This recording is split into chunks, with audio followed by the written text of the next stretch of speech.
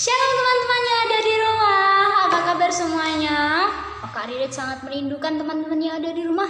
Rindu sama Tias, sama Olive, sama Fajar, Christine, Nia, Fitri, Elia, Hafid, Rizky, apa kabar Rizky? Sama Iwan, sama Joyson, sama Tino juga. Kak Ridit sangat merindukan teman-teman yang ada di rumah.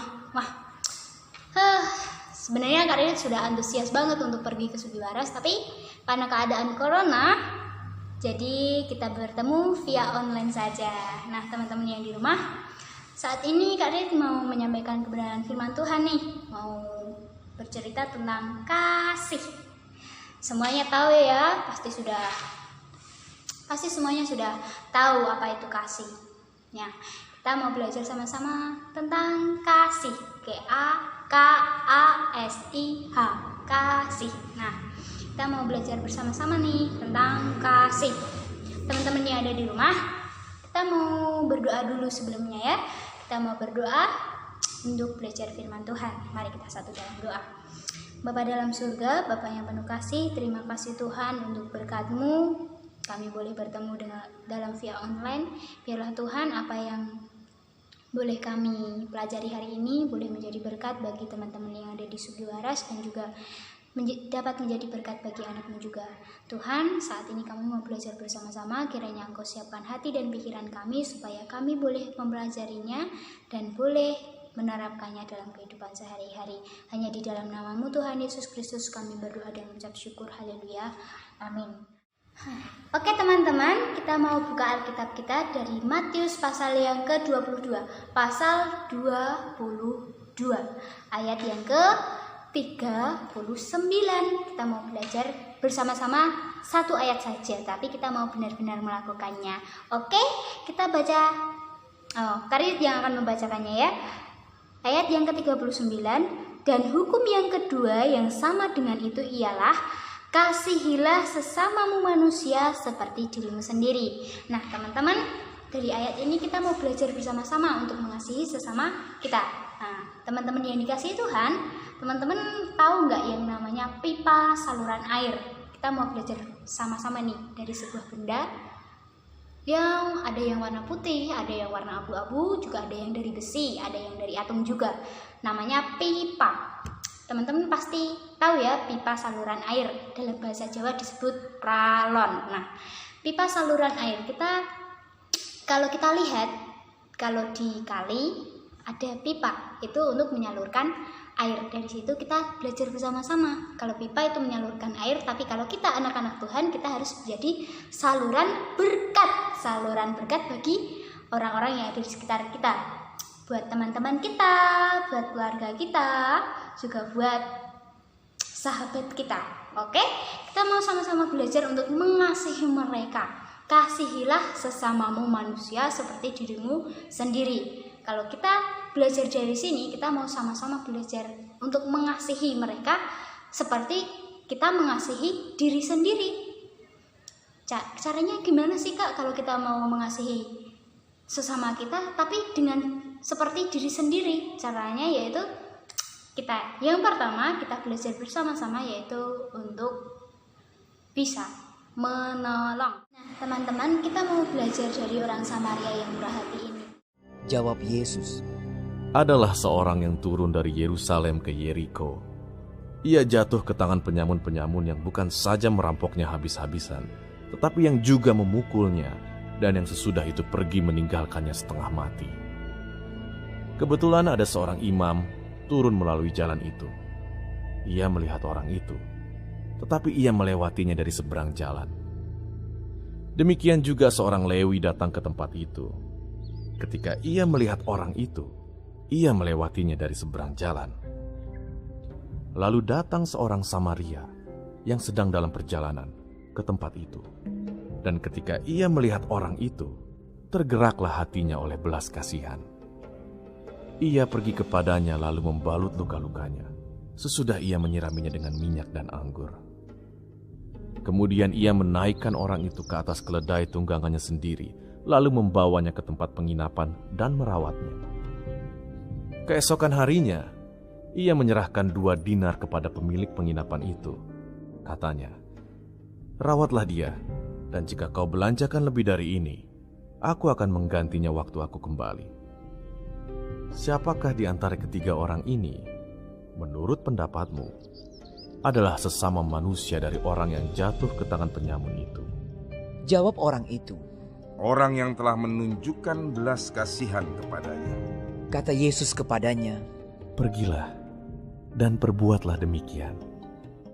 Nah, teman-teman yang dikasihi Tuhan, apa sih yang dapat kita pelajari dari orang Samaria yang baik hati ini? Jika kita tarik dalam kehidupan kita sehari-hari, kita mau sama-sama belajar untuk menolong. Nah, kita mau menolong keluarga kita mau melihat keluarga kita. Yang pertama, kalau kita mau menolong, gimana sih Kak kita bisa menolong keluarga kita? Kan keluarga kita itu bapak ibu kita malah yang lebih dewasa dari kita. Nah, kalau gitu kita sebagai anak, kita juga patut untuk menolong bapak kita atau ibu kita atau mbah kita atau orang-orang yang ada di sekitar kita. Kita mau menolong keluarga kita. Bagaimana caranya kita menolong keluarga kita? Contohnya, nah kan bapak ibu kita, mbah kita kan sering ke ladang. Nah, ketika mereka tidak sempat membereskan rumah, kita menolong mereka dengan cara membereskan rumah. Yang pertama, contohnya saja menyapu. Nah, siapa di sini yang sudah bisa menyapu? Pasti teman-teman semua yang ada di rumah sudah bisa menyapu kan? Nah, kita tolong keluarga kita dengan cara membereskan rumah, yaitu menyapu. Jika kita tidak bisa menyapu, kita bisa minta ajar dulu sama mbah kita atau ibu kita atau bapak kita. Bagaimana sih caranya menyapu? Pastinya dibersihkan sampah-sampahnya. Nah, gitu kita belajar untuk menolong keluarga kita dengan cara membereskan rumah kita, merapikan kamar kita yang mungkin kamar kita sedikit berantakan. Kita mau belajar untuk merapikan kamar. Dengan cara itu kita bisa menolong keluarga kita. Misalnya kan ibu atau bapak kita kan sudah capek-capek ya dari ladang cari rumput, terus memupuk tanaman, terus maton membersihkan rumput. Dari situ kan mereka pulang sampai rumah, wah pastinya kalau udah sampai rumahnya rapi, bersih, pasti seneng deh bapak ibu kita, ya kan? Nah, dari situ kita bisa menolong mereka melalui apa yang kita bisa, yaitu menyapu. Nah, misal kalau piringnya belum dicuci, ya kita bisa menolong mereka dengan mencuci piring. Nah, dari situ pasti orang tua kita pasti senang banget deh. Keluarga kita pasti senang banget.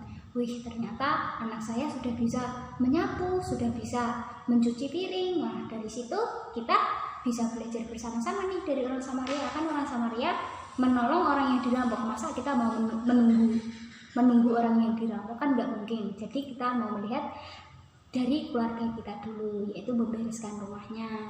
Nah, yang kedua, kita belajar untuk memberi. Kalau memberi itu dengan ketulusan hati kita. Kalau memberi, hanya pengen dilihat orang kan nggak mungkin. Anak Tuhan nggak boleh begitu ya. Kalau memberi ya memberi dengan ketulusan hati kita. Tidak usah nunggu dipandang orang. Wah, ternyata si A memberinya itu lebih banyak. Wah, ternyata kalau kita memberi nggak usah menunggu dilihat orang, tapi kita memberi dengan ketulusan hati kita.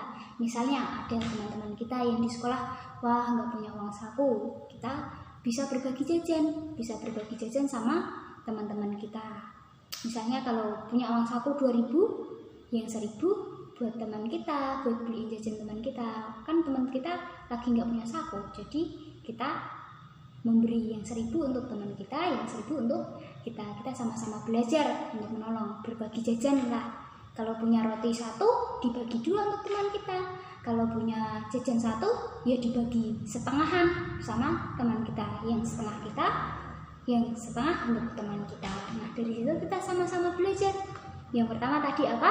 Menolong keluarga kita dengan membereskan rumah. Yang kedua, kita belajar berbagi dengan teman kita.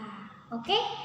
Sekian dari Kak Ririt yang bisa Kak Ririt sampaikan untuk teman-teman yang ada di Sugiwaras. Biarlah teman-teman bisa menerapkannya dalam kehidupan sehari-hari. Kita bisa menolong keluarga kita dengan cara membereskan rumah kita. Atau enggak, kalau diperintah sama ibu untuk beli gula, ya langsung berangkat Tapi uang kembaliannya jangan diambil ya, harus dikembalikan sama ibu kita. Oke, kita belajar sama-sama untuk meneladani firman Tuhan.